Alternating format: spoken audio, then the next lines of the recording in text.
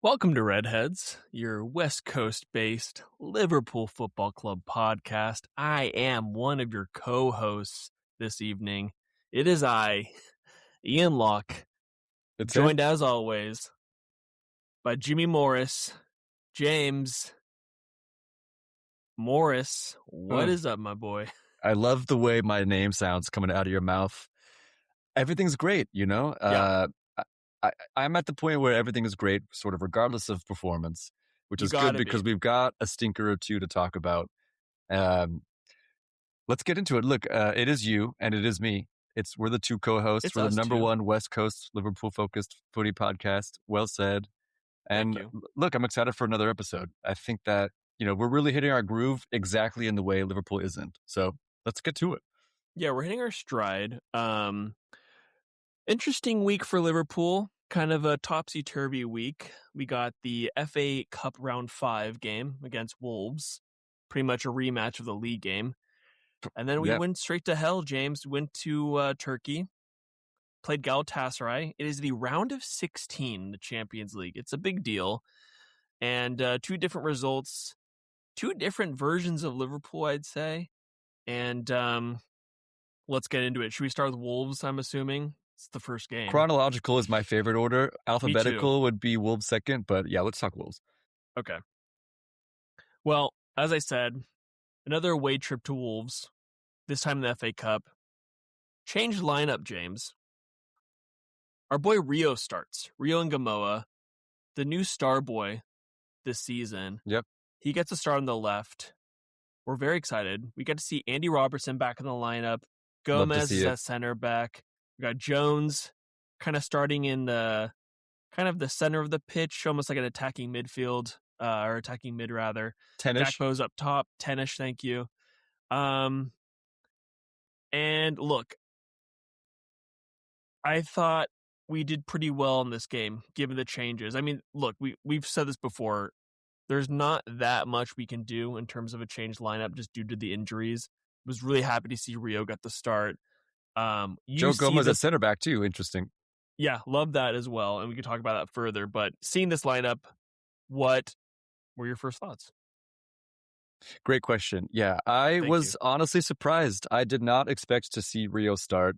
I know that was sort of the common sentiment, but I was expecting Rio to get subbed on in this game, looking at a long substitute appearance in Turkey as well. But no, I was excited. He's the most exciting thing going on in this team right now.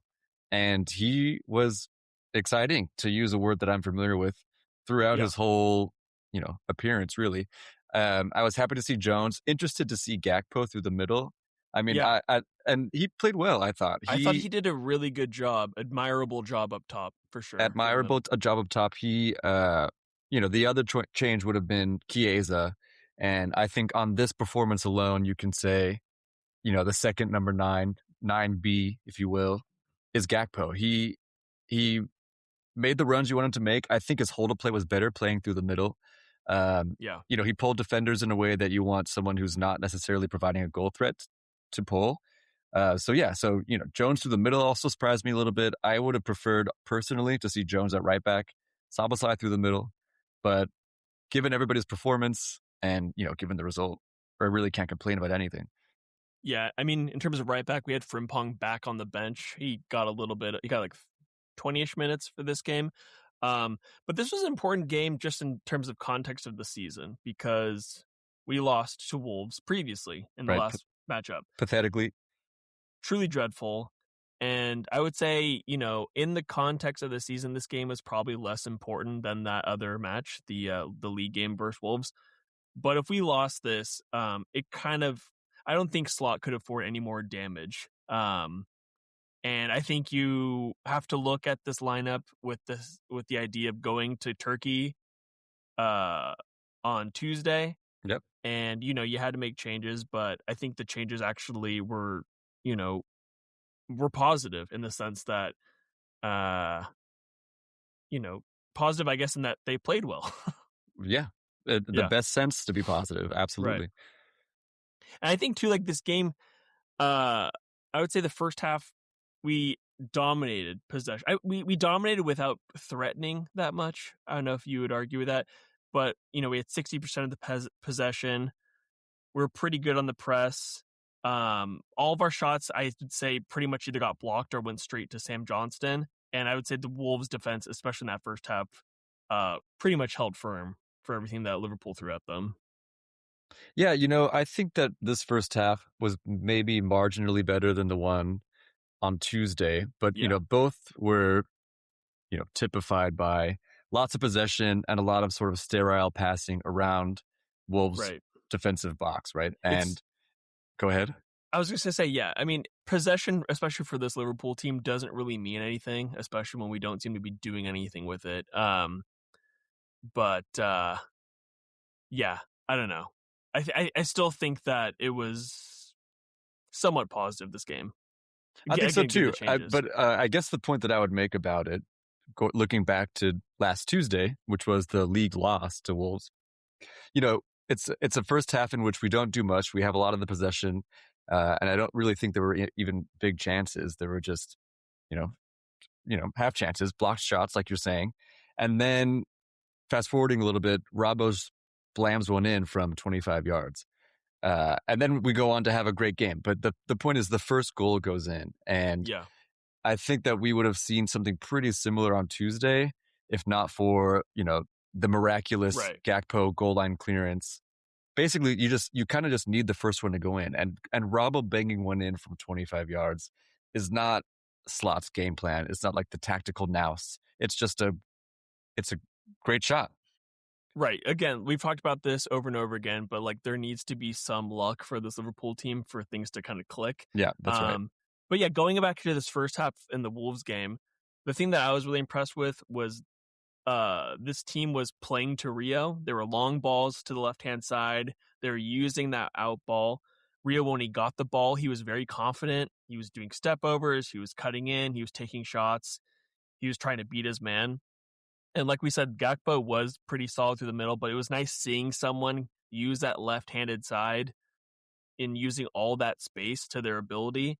He had a couple shots I think that just drove wide. I think there's a few of them that got blocked by the Wolves keeper. But yeah, Rio really showed why he deserved the start for this game. Yeah, he did himself proud too. And you mentioned this a second ago, but I think having Robbo in behind him did him no harm whatsoever. No. Having the steady heady, he's the vice captain. He's got the experience. He knows how to just manage a game, manage a kid, progress play, and handle the space that's out there on the left. I think that it's no sort of surprise or coincidence really that part of Rio's great performance came through Robbo, and that Robbo ultimately scored. But you're totally right. And you could see that relationship too as well. Like they were utilizing each other. There was the overlap runs.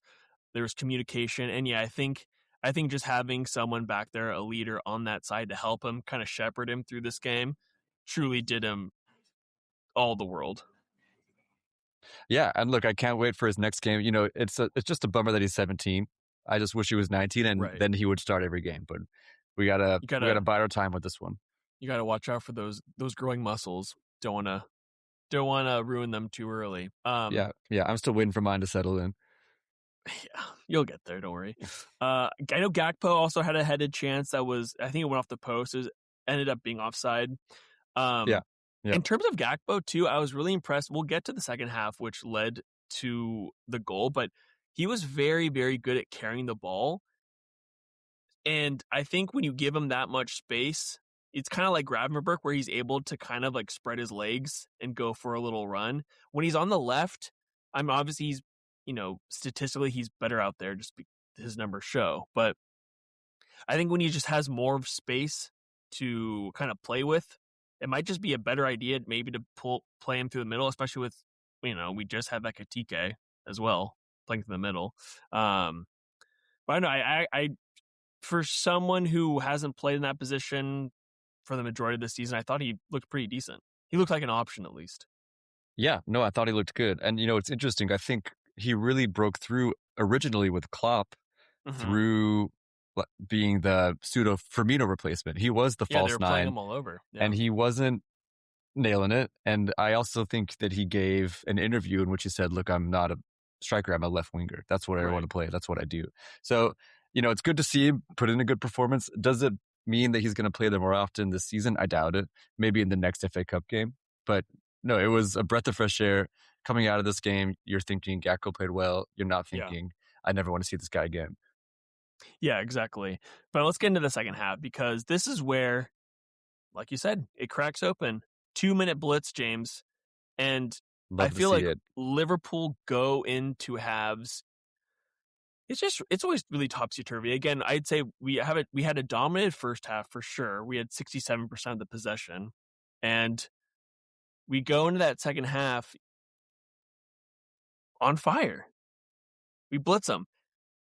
And again, it starts with Gakpo. He gets the ball in the middle of the pitch, passes it over to Mo. Mo, at this point, when he has the ball at his feet for longer than 30 seconds, you just assume he's going to get tackled and get the ball taken away from him. He's able to wriggle past two players. He's driving towards, kind of cutting across the box, across the top of the opposition box. Yeah. which is, at that moment, I was like, it's game over. He's going to lose the ball. Finds Robertson, or maybe he actually hits Gravenberch in the I don't remember. But anyway, hits Robertson. Robertson takes a swing at it, top right corner. It was a beautiful strike. Beautiful strike from Robertson. It was awesome. Yeah, it had that, when you catch it with your laces and it gets up outside of the boot, a little bit of spin coming back inside the post. It was, like you're saying, it was beautiful. And on Mo, I think that he just about did give it away. He had sort of a heavy touch dribbling around past the box. And I think he meant it. Maybe he didn't, but he megs a Wolves defender. And then, I think you're right. He ultimately feeds I think it's Jones, Gravenberch. actually. Is it Jones? Okay, either way. Yeah, there's somebody in between him and Robbo getting the ball. But look, like I'm saying, or like you're saying, sometimes you just got to get lucky, and we did there, and I felt lucky watching this goal. It was wonderful. Also, just great to see how many more appearances are we really going to get out of Robertson. It's sad to say. I don't know, because he looked really good in this game, and now I'm thinking, we can just rotate him in and out, and I think you can get maybe a few more seasons out of him. James, in the winter they were talking about him going to Tottenham. Can you imagine him being at Spurs right now? He'd be prepping for the championship. It'd be a disaster. Truly. Well, look, I don't think it's his quality that's going to get him out the door. I think it's the lack of minutes. I think he's 31 right now. He'll be 32 next season. If I'm him, I'm thinking I've got 1 to 3 seasons left at the top level, and I want to be on the pitch for those. And so I wouldn't blame him if he wanted to go somewhere else. It's true, but he's a valuable asset to this team for sure. And he ends up, again, this overlap that he has in this connection he has with Rio, it pays dividends again. He has the overlap. Rio passes to him, crosses into the box. This is 2 minutes later from the first goal, James, and Rob already has a goal and assist. Crosses it over. Salah is at the back post, puts it in at an angle. You thought it's going to go over. It doesn't go over. Yeah, and off the bottom of the post or the crossbar. Exactly. Yep. Immediately, he's 6 yards out. At this point, you'd think Salah would just miss, but he doesn't. He scores. Gets flagged for offsides. You check later. He's obviously not offsides. And that's it's the 53rd minute where we're 2-0 up. And again, we come out of halftime usually sometimes in a daze, and this time we just came out full throttle, and it was honestly, it was just nice to see us kind of in control and being in control and scoring goals. It was a beautiful sight to see. Yeah, it was us playing well, and I'm never going to complain about 2 goals in 2 minutes, a blitz like you're saying. And it was Robbo, goal and assist. It was Mo. It might as well have been 2019. It was rolling back the years. And same thing. Look, not to be a downer again, but we got to just enjoy these, the good old days might be behind us where it relates to Robbo and Mo. But when we get these little moments, drink them in. And I definitely did. Yeah, I was drunk after this, man. I felt serviced. It was a heady brew. Absolutely. And again, it's just one of those things where you're like, kind of, where was this performance the previous game? Yeah. And you don't want to get too greedy, But again, it kind of just proves the season has just been so inconsistent. You never know which Liverpool team is going to show up. But thankfully they showed up, and you know who else showed up? Curtis Jones, James. Curtis Jones. I thought he had a great game. He had the assist to the Robertson strike, and then he gets his own goal. Kind of, it's like almost like a 1-2 with Gravenberch in the 74th minute. Cuts inside on his right, on the edge of the box, curls it in, and it was a beautiful finish. I've seen that from Jones before, but it's always nice. It's always nice to see again. He doesn't get enough goals. It's been a while since he's scored from a midfield position, I think. He's scored a couple of goals from right back, which has been nice to see. But you're right. I mean, the run that he makes is really nice. He looks as if he sort of shimmies as if he's going to shoot earlier, takes a couple extra touches and buys himself another yard or two. It was, oozing with composure in the way that Curtis sort of always is. And, it was a performance, like you said, it was a goal and an assist for him as well. Just a goal. For Jones, it was a goal and assist. Goal and assist. So there you go. And then he follows that up, Mr. Slot follows that up with not even getting him on the pitch in Turkey. So again, you just never know what's going to happen. You never know what's going to happen. And I don't mean to be too downcast because I was loving this 3-1 win. It was such a great time. But it's sandwiched between a loss to Wolves and a loss to Galatasaray. So I can't forget the context. We're consistently inconsistent, James. That's right. It's real up and down. And again, it was kind of like the cherry on top, that Jones goal. And then because we're 3-1 up, we gotta bring on the changes. This was before that Jones goal, but Frimpong gets to come on, like I said before, on the 70th, along with Wirtz. I think they both get about 20 minutes of game time. Konate, first Wirtz appearance in a month, I think, too, right? That's right. Yeah, coming back from injury. Konate gets a bit of time. And then the two exciting youngsters that come on are Trey Neone and Kieran Morrison, who's been lighting up the under 21s. And so that was really nice to see. Like, it was kind of just like okay, I think we got this wrapped up from Slot, these substitutions. Yeah, it's been a long time since we've been seeing players from under 21s getting minutes. Kieran Morrison, he probably made his last appearance in, maybe he played in the League Cup against Mansfield earlier this year, but I don't think we've seen him since the summer, since preseason. And you want to have these games where you have to sort of look up how many appearances this guy's ever made. Trey Neone, he's getting a little closer to the first team, but Kieran Morrison, he's got years to go. So it was great to see him. Trey Neone looks pretty solid too. I thought he looked extremely comfortable in the ball. He looked assured. I was very, very impressed with what I saw from him. And again, go ahead. No, I was going to say he looks exciting. He looks exciting enough that the back of my mind, I'm thinking, there goes our, midfield depth signing in the summer. Trey Neone is going to be the first team option. Yeah, exactly. And again, this. I'm being a little negative today. Sorry. Yeah, snap out of it. I can't. Well, we're gonna cheer you up in just a few minutes. Don't worry. No, but the subs again.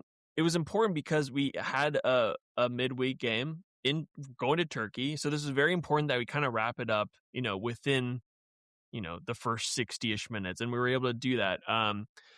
But James, of course, this is Liverpool, and we are not really known to keep that many clean sheets this season, and we like to give things away for free. It's really awesome. So we it's stoppage time. The game's wrapped up. It's 3-0. We get a free kick. Go straight to Sam Johnston. He boots it up the field. Konate and Van Dijk are already up for that free kick. So the people in the back are, I think it's Szoboszlai, and it might have been Kirkez, I want to say.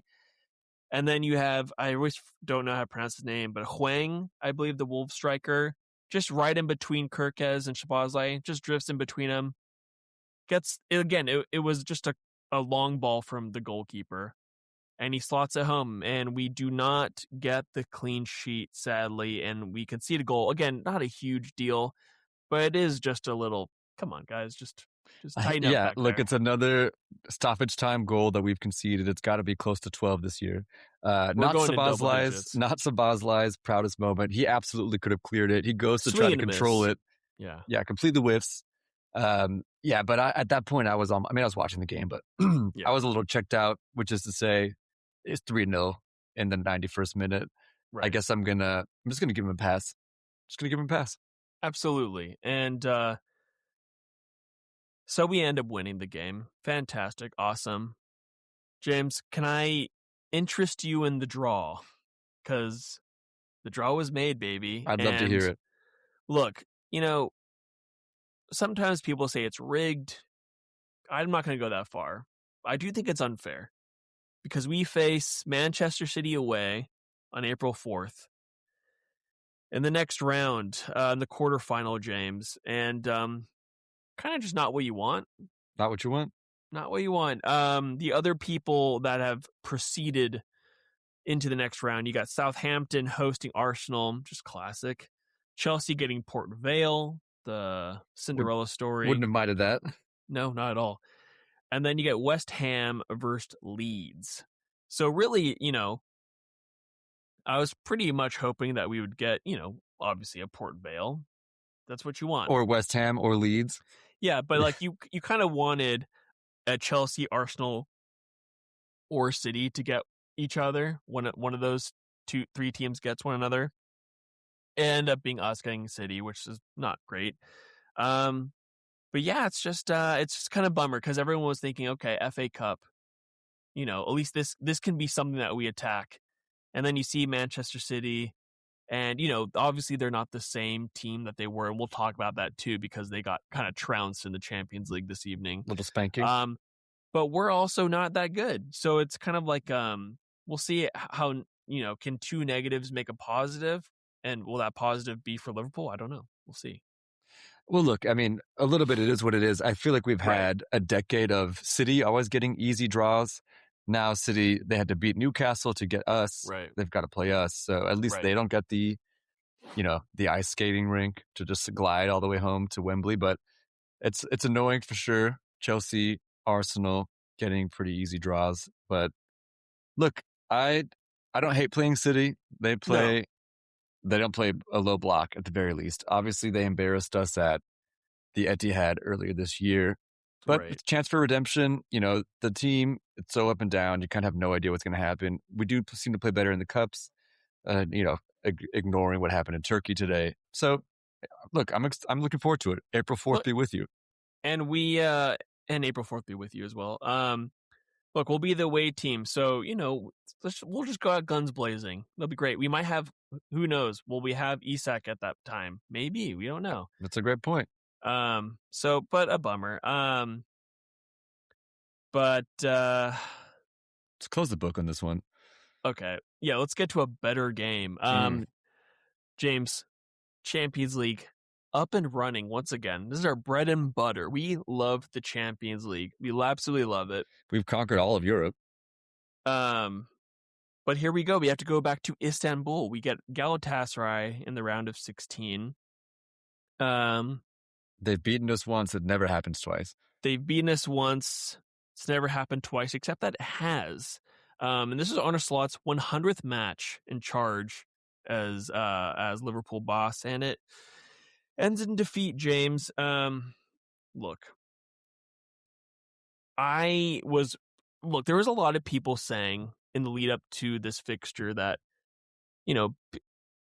like you said earlier, we've been a lot better in the cup competitions, whether that's because those games tend to be a little bit more open than league play.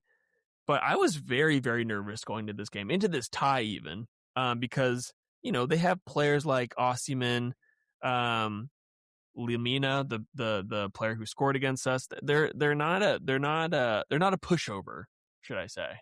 And this asshole Yilmaz, I mean, awful. I feel like he made a show of us in the group stage. He's done so again. He's tough to watch. He likes a good flop. Him and McAllister kind of compete for floppiest players on the pitch, but no, they're pretty solid. I was excited going into it. I mean, I knew that going to Turkey's tough, but I was feeling pretty confident. Yeah. Well, I wasn't. Anyway, so that's why we're a co-host. Here's the thing, James. We are the only team not to have scored against Galatasaray. Can you believe it? In all of their matches of the Champions League, we are the only ones to have not scored against this team. And, it's a bummer because when you look at the lineup, Wirtz is back. He's back from his back injury. He had a few minutes for the FA Cup game. He's back. He's starting on the left-hand side. You got Ekitike back up top.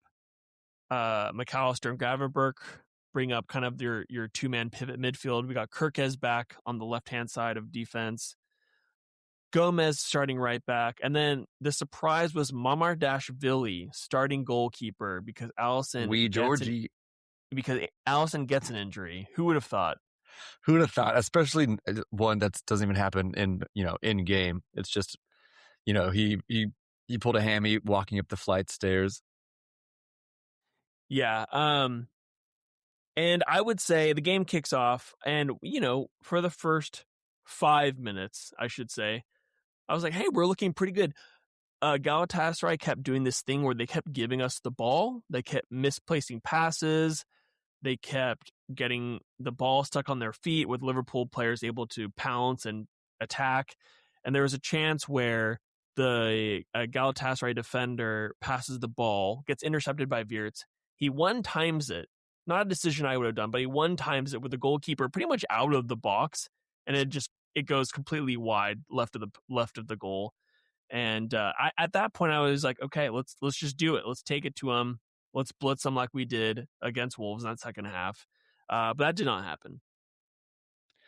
Did not happen. No. We were talking during the game. I mean, in hindsight, it was a horrific decision to start Wirtz, which ultimately you kind of got to put on the manager's head because he's the one watching him in training. He was woeful. Right. But you and I were saying that if he had Wirtz in form, he finishes that chance. Like you're saying, the goalie was out. It was a wide open net. Also weird that he starts him on the left too, I would say. Obviously it is a little odd. Obviously he has to give Gakpo the rest, having played the majority of the FA Cup game. And, you wouldn't start Szoboszlai on the left either. But like when your best player who plays best through the middle but starts on the left, I don't know, that kind of boggled my mind a little bit. Well, I think that what ultimately Slot was trying to do was he wanted three midfielders, three out and out midfielders, the extra control, which ultimately gave us nothing. But if he was going to start Gravenberch, McAllister, and Szoboszlai all in the middle, that leaves left wing for Wirtz. He's done it before. It kind of hasn't worked, and it didn't work again. Yeah. But like I said, we had a pretty good first 5 minutes, James. First That's 5 right. minutes. The first five were hot. And then another thing that Liverpool have been doing this season, which has been kind of just boggling my mind, is we'll let the other team score on their first chance. Yep. And we decided to do that for this game too. A game of little importance, I guess. But it's a defensive catastrophe, James. It's we give them a set piece. It's a corner. We're already, you and I have discussed that we have been better at set pieces since the last set piece coach was fired. Defensively, we've been better. Attacking these set pieces, we've been better. But we give up a corner, and you let the most dangerous player for Galatasaray, Osimhen, win the first header. And then you decide not to defend. Yeah. James, McAllister was blocking him. It's basically the EFL Cup game all over again, where you have the smallest man on the pitch, Burn. Guarding the tallest man. Rewatching it, McAllister doesn't even jump for the ball. Osimhen has all the time in the world to head the ball near post to Lamina, who has Kirkez and Ekitike on that post. Ekitike puts out a leg. I hate that. Your leg's not going to do anything, bud. Use your whole body. Do something. And he gets a goal right there. Yeah, Kirkez and Ekitike, they're both just ball watching. I guess that's why you put them at the post, because they're just sort of useless otherwise, but they prove to be as useless as they seem. Even more useless than you could have thought. Exactly, yeah. 2 men at the back post. Neither can react to a ball headed directly at them. Very frustrating. Like you're saying, we have been talking about how we've been better at set pieces, and that was true for maybe 2 months. But over the past 3 or 4 matches, it's been reverting to mean. We've been conceding, we've been not scoring. It's not welcome. It's not a good time for us to be kicking our heels. It's the round of 16. It's time. It's go time, and we're going to be going if we don't figure something out by Wednesday.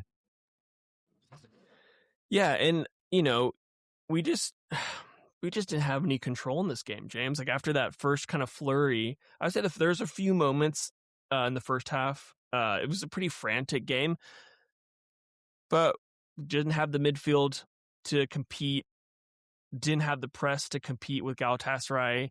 And obviously we had the, they had the home field advantage. That crowd goes crazy for this team. It's so loud. But there was an Osimhen chance, again, another free header that goes wide of the post. What else happens? Lamina gets another header from across from Noah Lang, a player that I actually really like. I think he's good. And then there's a few saves from Amardashvili to keep us in this game at 1-0. There was like a huge save. He tipped over the post. One of those is pretty phenomenal. Which he's very good at. He's a very, very tall guy, which is one of the reasons, like, when you see him in the team, you know that he's going to lead. He has a few key saves up his sleeve for sure. Yeah, he's a good shot stopper. It's going to be impossible to follow Alisson, really. And I don't know if he's even going to be that guy. Alisson has another year in his contract. We'll see what happens with all of this, but he's a good shot stopper at the very least. I also thought that he was pretty good with his feet in this game.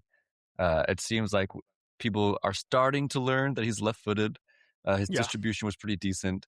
Really no complaints. There's nothing he could have done about the goal. So the fact that, Alisson was out, I don't think it really hurt us today or, Tuesday. Right. In terms of Liverpool attacking chances, I mean, like we said in that first, I think it was like in the first minute, Wirtz has that chance. And then he also has another opportunity in the 15th minute, I believe, where there's some pretty good play between McAllister, Salah, and Ekitike around the opposition box, kind of like triangle passes. And then he gets fed to Wirtz, but the ball almost is a little behind him, so he kind of has to swing on it, but it goes straight to the goalkeeper. Yep. And that was kind of the pattern of the whole game. All of our shots went straight to the goalkeeper, which we have a tendency to do that, which has been a little annoying. And I don't know if it is a tendency or just every time you watch them and they take a shot, it's either wide or to the goalkeeper. I could be wrong, but that's just what it seems like. Well, we've been missing a lot of big chances, definitely. Yeah. But I suspect if we watched anybody, we're like, hey, just shoot it right to the side of the keeper. I got advice for you. That's the advice, You know what they say when it's like a watched pot never boils? Yeah. How do we translate that to this? Like a watched goal is never shot. Scored on? A watched shot is never scored. That's good. So I guess we just should not be watching the games. I mean, there was that. It wouldn't make me that upset these days. Yeah, I'm very interested in not watching any more games. There's that chance at the 17th minute too, where Konate kind of does like a little mat tip, little run. Yeah, takes a pretty solid shot. He looked good. I mean, again, straight right down Broadway, right to the keeper. But I was excited to watch him do it. Yeah, I was excited for him to do one positive thing this game, because we'll get into just a really bad time. But yeah, we were just in terms of set pieces, James. Again, we were just so frail. Like there was a few chances. Again, Osimhen was just so open. There's a chance where he tries to scissor kick it. Yeah, and he misses. But the fact that he has the opportunity just to do that, just to pick out that ball, is very annoying. Nothing but time, James. And again, this is the thing that I'm very confused about with Liverpool is why are we bad? Why are we bad? Yeah, exactly. Why are we bad? What is happening, you guys? You just get the impression that they aren't that arsed. They're just not that arsed. This is the thing, though. They should be arsed because this is truly like the most important game of the season as of right now. They should be arsed. The veil is thin. As soon as something goes against them, it's been the story all season. They've kind of just, they don't down tools, but they're just not that hungry. They give it a good old college try. They're getting a C. Nobody needs to get anything more. That's how it feels to me. Yeah.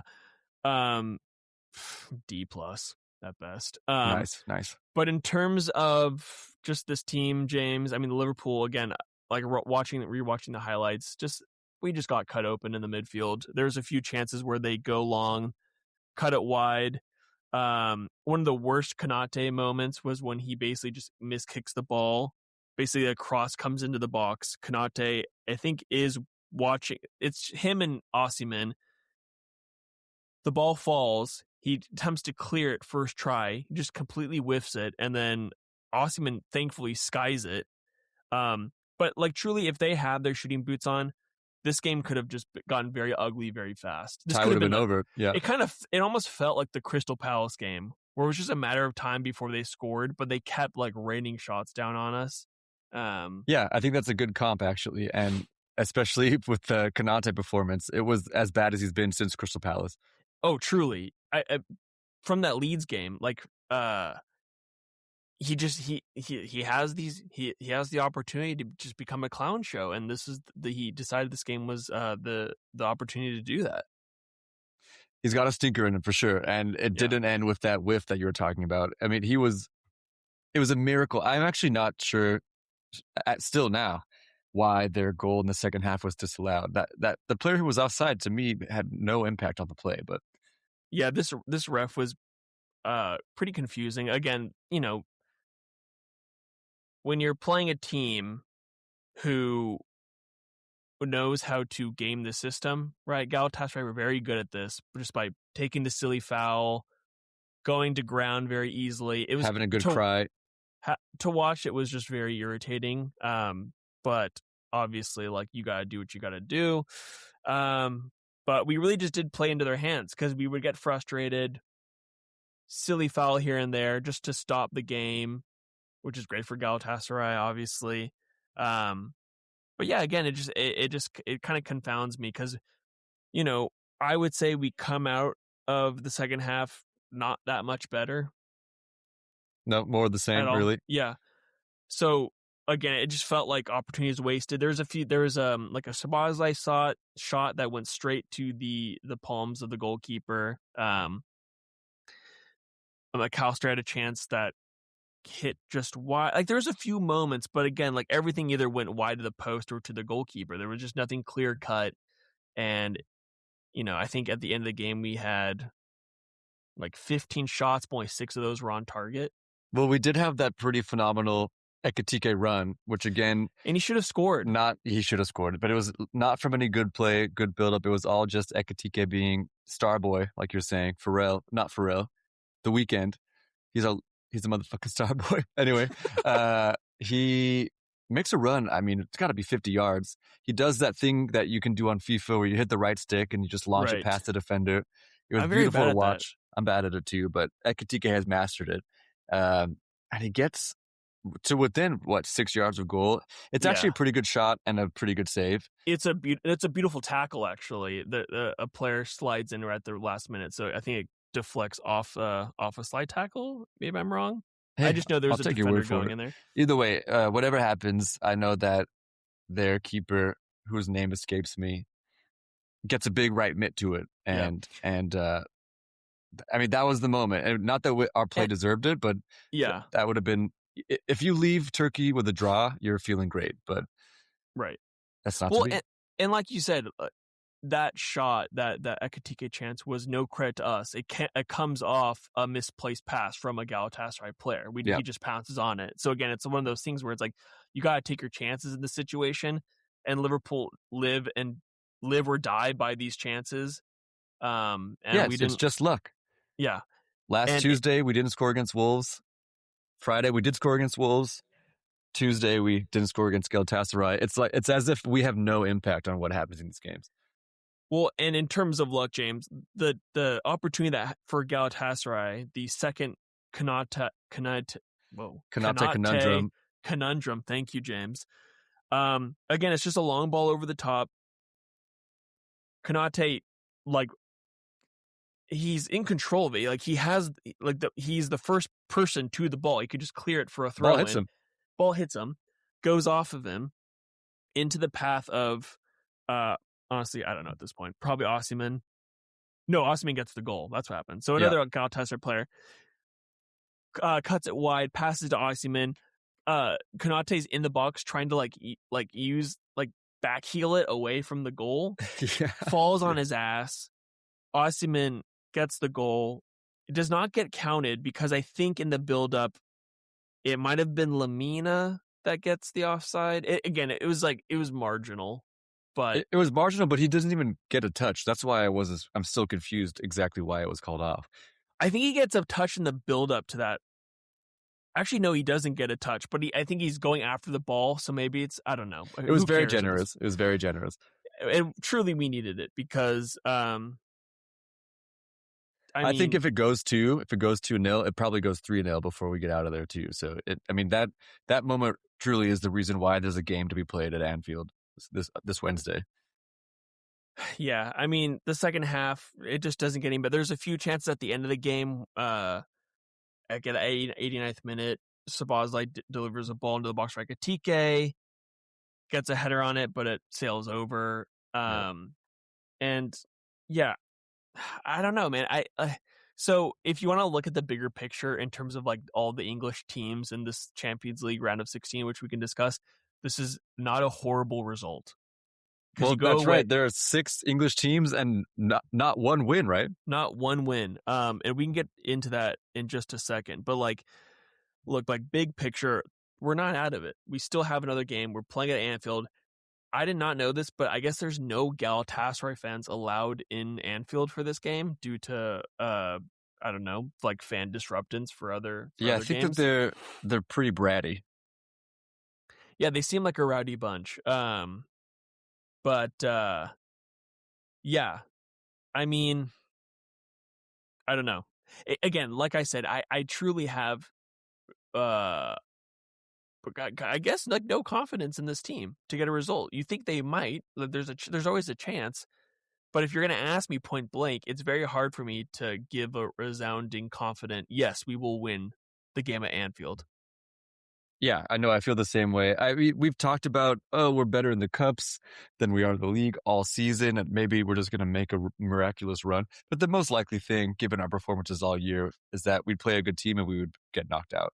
And what's happening now is we're playing a not very good team and we might get knocked out. And that's really not a big surprise either. I do think we'll pull it around at Anfield. I mean, Galatasaray won 5-2 against Juventus in the previous round. And they blew that lead. Juventus, I mean, in extra time, they won 3-0. I guess they didn't win, but I mean, they like to give up goals for sure. Right, but again, especially away. The only team to not have scored against them is Liverpool. Right, in 2 tries as well. So it'll be interesting. I just also I wouldn't be surprised if we end up winning 3-0 at Anfield, but I also wouldn't be surprised if like we had 20 shots on target and not one goes in and we lose. We draw and we end up getting knocked out on that in that way. So that's just the way the season seems to be looking. My money is on a win at Anfield, but that's going to take us to extra time, and then it's going to be a coin flip of a penalty shootout. That I do not like, especially if Alisson is in goal. I wouldn't mind Mama. Well, Alisson's not in goal. You think? I don't actually know what his timeline is if he's going to be missing. I don't either, but I don't think, I can't remember a time when he missed a game and was back that week. Yeah. Well, that's a bummer. James, do you want to look at the other games around the Champions League before we move to Ian, I think that is a wonderful idea. So like I said, guys, round of 16 it's actually been crazy because there's just been blowouts left and right. Absolutely nuts. In terms 1-1, of Newcastle Barcelona. Yeah. A pretty good game actually. Newcastle really took it to him. I was able to watch that and that was a fun game. PSG versus Chelsea, James, 5-2 to PSG. It was kind of back and forth for a little bit. PSG scored one, then Chelsea scored one, then PSG scored another, and then Chelsea, and then they just came up with 3 more goals. It was 3-2 in like the 88th minute. Chelsea really capitulated at the end there. Yeah, Kvaratskhelia scores two in the dying embers. And it wasn't that long ago that we were linked to him. What would have been nice. I would have loved that. Would have been great. So, 3-goal differential. You don't want to say that's over, but I do. I'll say it. Okay, great. It's over. It's over. In terms of another 3-goal differential, Real Madrid, James, spanking City. Valverde, man, he is just a touch of class. If you haven't seen any of these goals, they're absolutely fantastic. I've seen them all, and I look the hat trick maker when he lobs. I don't know if lob's the word, but he certainly schools Guehi is the pick of the bunch for me. But did you think anything was odd about his first goal? That's the breakaway. The counter, big counter. The one from the angle? The one that Courtois plays the long ball and he sort of smokes Nico O'Reilly or whatever O'Reilly. Okay, it seems like you have something to get off your chest. Well, so he takes a pretty heavy touch. Gigi, okay. Is his name Gigi? No, that's Gigi Buffon. Donnarumma, Gianluigi. He comes out of he comes charging from his goal, right? Yeah. He slides in. Valverde takes a touch, which I just learned. Side note that like his Reddit nickname is MILF. Have you seen this? Wait, Valverde's nickname is MILF? Yeah, because it's Man I Love Fede. But they all just say, like, all the goal comments just say MILF, MILF. Anyway, that's awesome. He takes a MILF touch, and not Valverde, GJ absolutely has the ball, pulls his arm back while he's in the box. I think he didn't know where he was, thought he was out of the box. But I people didn't make much of it, and I was I seeing things? Apparently, nobody else necessarily noticed or cares. But it's, I mean, look, like hat trick of MILFs. Love a MILF hat trick. It's just insane given the context of Real Madrid and their season. Alvaro Arbeloa, Liverpool legend, is managing this team. Legend is Liverpool player. Yes. Excuse me.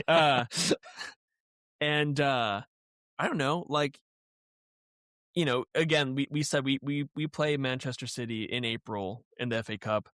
They looked pretty stinky in this game, and so I feel like Manchester City are also having a equally just topsy-turvy stinky.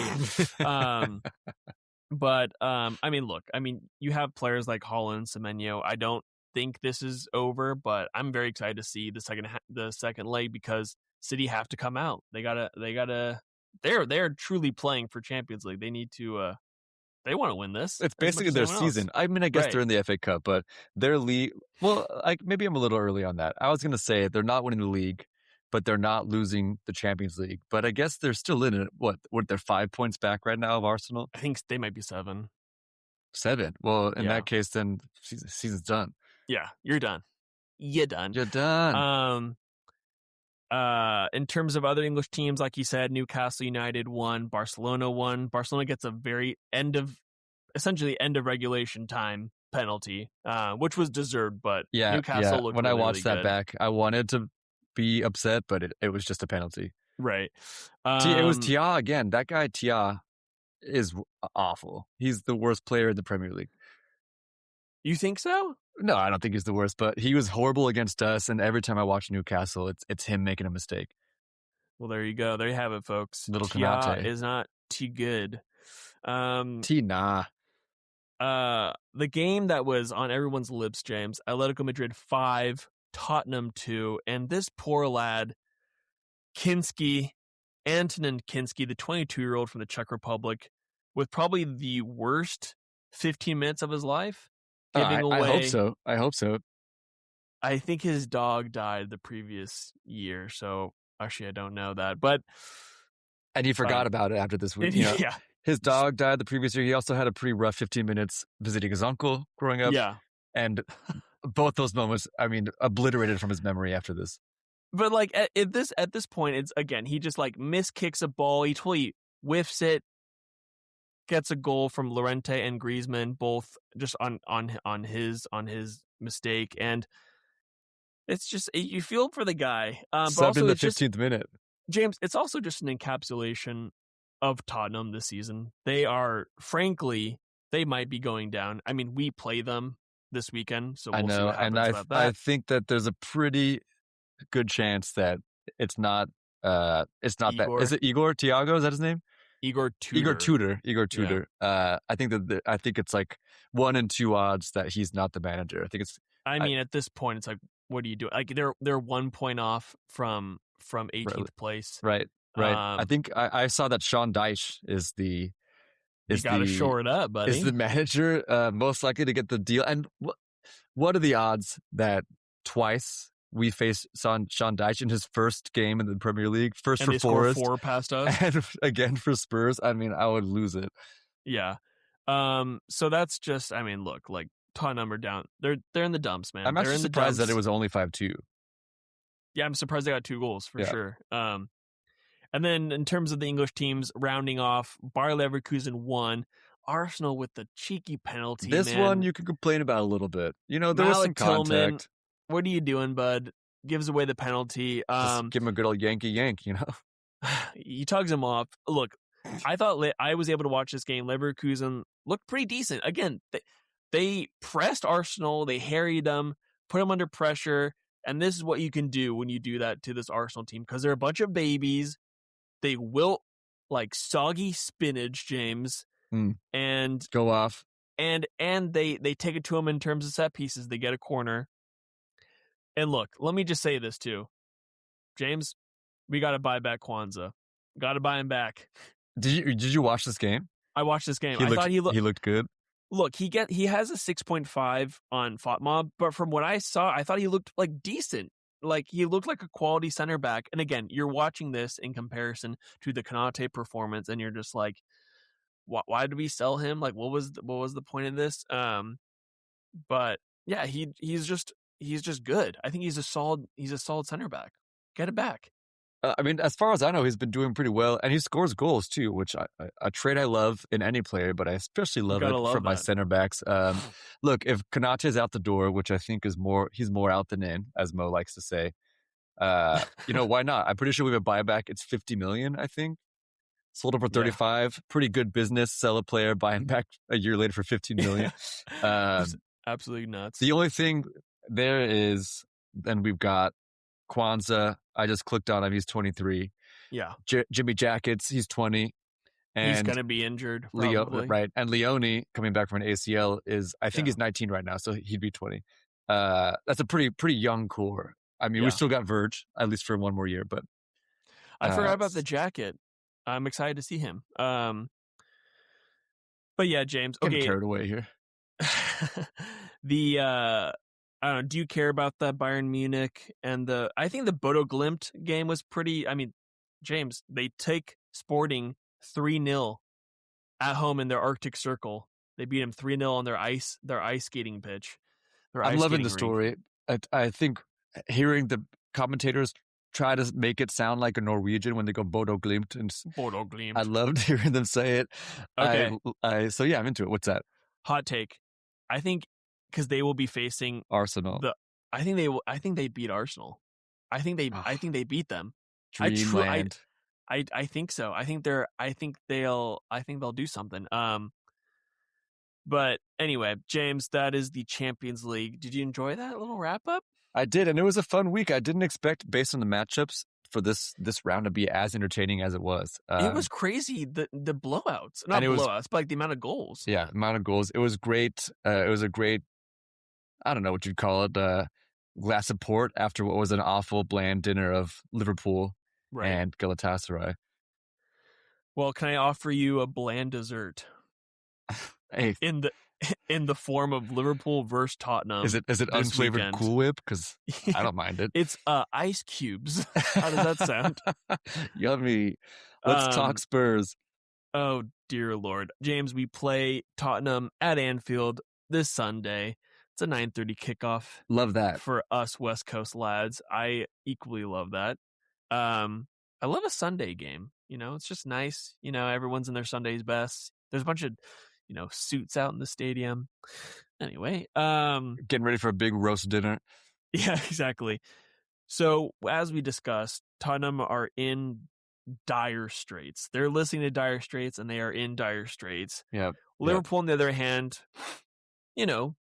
we're in middle straits. I would say dire straits in terms of what we wanted the season to be, but we are in sixth place, tied with Chelsea on 48 points, who are in that last Champions League spot.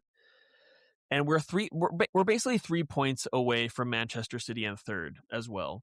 So, after that Wolverhampton league game, it really was just like everything's on fire. But then the results that weekend kind of were like, okay, we're still in this to an extent, I know. So, which brings me to this.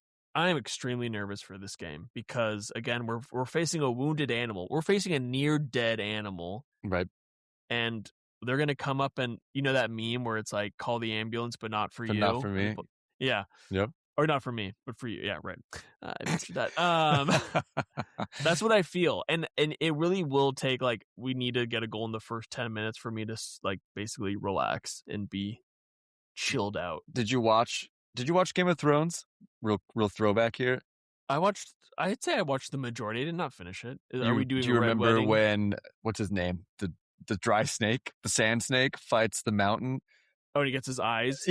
Yes, the red viper. The red viper, the dry snake. Yeah, what's dry?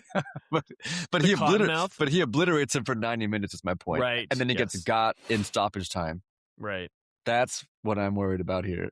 We're worried about a 95th minute Solanke header. Solanke header straight to the eyes. Yeah, blood everywhere. I'm not looking forward to this. I mean, I guess I am in the wider context because it's a game that, we should win, just given what the table looks like. But these are just two weird teams playing each other. Well, Spurs have lost at least 5 straight, and they have not won. They played 10 matches in 2026. James, they drew with Manchester City. What is this? What are we doing I know. here? Very, very strange. It's very strange. But so that happens on Sunday. But in terms of our rivals, which is something that we should be looking at, Manchester United play Aston Villa that Sunday as well. That will be a tasty game. Again, Aston Villa are not looking too good. They only have 1 win in 5. Manchester United, on the other hand, have 3 wins in 5. So they're looking pretty good. They just lost to Newcastle. Having a little look at the form table. Yeah. And then again, you have Chelsea playing Newcastle. These are all tasty. We could again get a positive round of results with this weekend. Yeah, I think that there's really no bad result in the Villa United game. Probably Villa winning is the worst. To be honest, United winning, and it pains me to say it, might be the best because Villa don't have a great goal difference. If we win, that'd put us above them.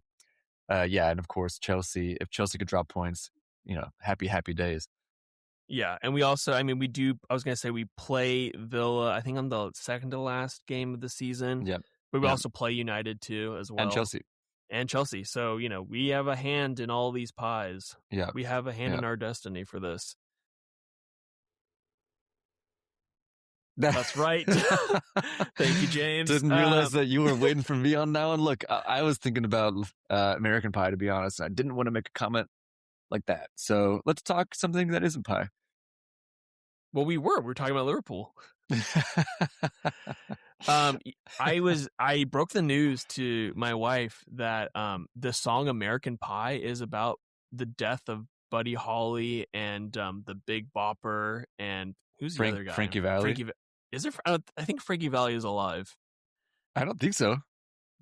Check it. Look, I'm just gonna pull it up. Frankie Valli. It says "Voice of an Angel." Yep. Still alive. Told you, he's 98 years old. Who's the other dude? Buddy Holly. Frankie Casino. Buddy Holly. Richard. It's gonna take a couple of clicks. I'm just vamping a little bit. Buddy Holly, great Weezer song. Love that song. But even better, Plane Crash. Yeah. It's not coming up. Hold on, it's coming up. Here we go. Winter Dance Party Tour was the tour that he died during. I know. Well, that they're going to play. They're going to go play their Winter Dance Tour. Very sad. Anyway. Look, it's a long Wikipedia article. Yeah, how are you not finding this yet? It's a long article, guys. It's definitely Buddy Holly. Buddy Holly was on the plane. Without it, he was flying the plane. But here we go. Buddy Holly, Richie Valens. Thank you. Richie Valens. Anyway, so Frankie Valli, close enough. It's a valley. Yeah. Broke the news to her about that song. Riveting radio. Yeah. Anyway.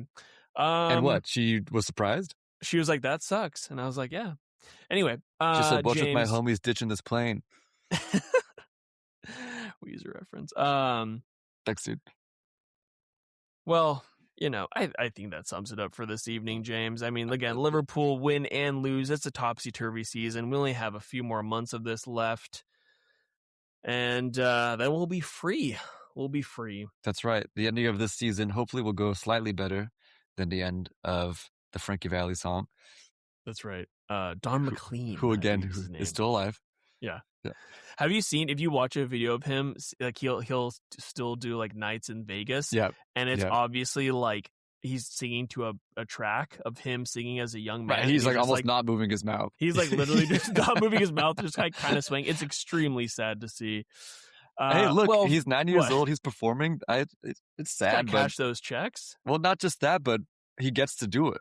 People go watch Frankie Valli shuffle around on stage. But like does he even know what Bernie's. he's doing? Come on. Have you real quick, just to end before we end the pod? Have you seen that SNL digital short of the Weekend at Bernie's skit? No. Where they pretend. Oh my gosh! Everyone, go look it up. It's extreme. Digital short Weekend at Bernie's, very funny. James, let's Weekend at Bernie's this pod in terms of let's end it. And look, you should listen to us on Spotify. You should listen to us on Apple Podcasts. You should listen to us on YouTube. You should you should subscribe. We're having a good time. We're posting hilarious shorts. We're having fun. We're talking about plane crashes. It's short season. It is short season. Weather talk. It is 90 degrees in sunny Southern California. I don't know what Seattle's doing, but it is pouring rain. Well, I would love that right now, to be totally honest, because I'm sweating. And we have a wind advisory. I'm sweating. I'm waking up in the morning sweaty. Anyway. Yeah. If you are sweaty and looking for something to cool off, crack open something nice, pour yourself a cold bath. I guess people do that, and put on one of our podcasts. Come on. And hey, leave a comment. Guys, leave a comment. Can't wait for a couple comments. It's like one of the easiest things you can do is leave a comment. Just even if it just says boo, just put boo. Yeah. Boobs. I wrote it for you. Boobs. Hey, comment your boobs. Well, please don't, but comment the word. I'm going to leave it there. Anyway. Yeah. There's one thing that I like, and it's to say, peace. Peace.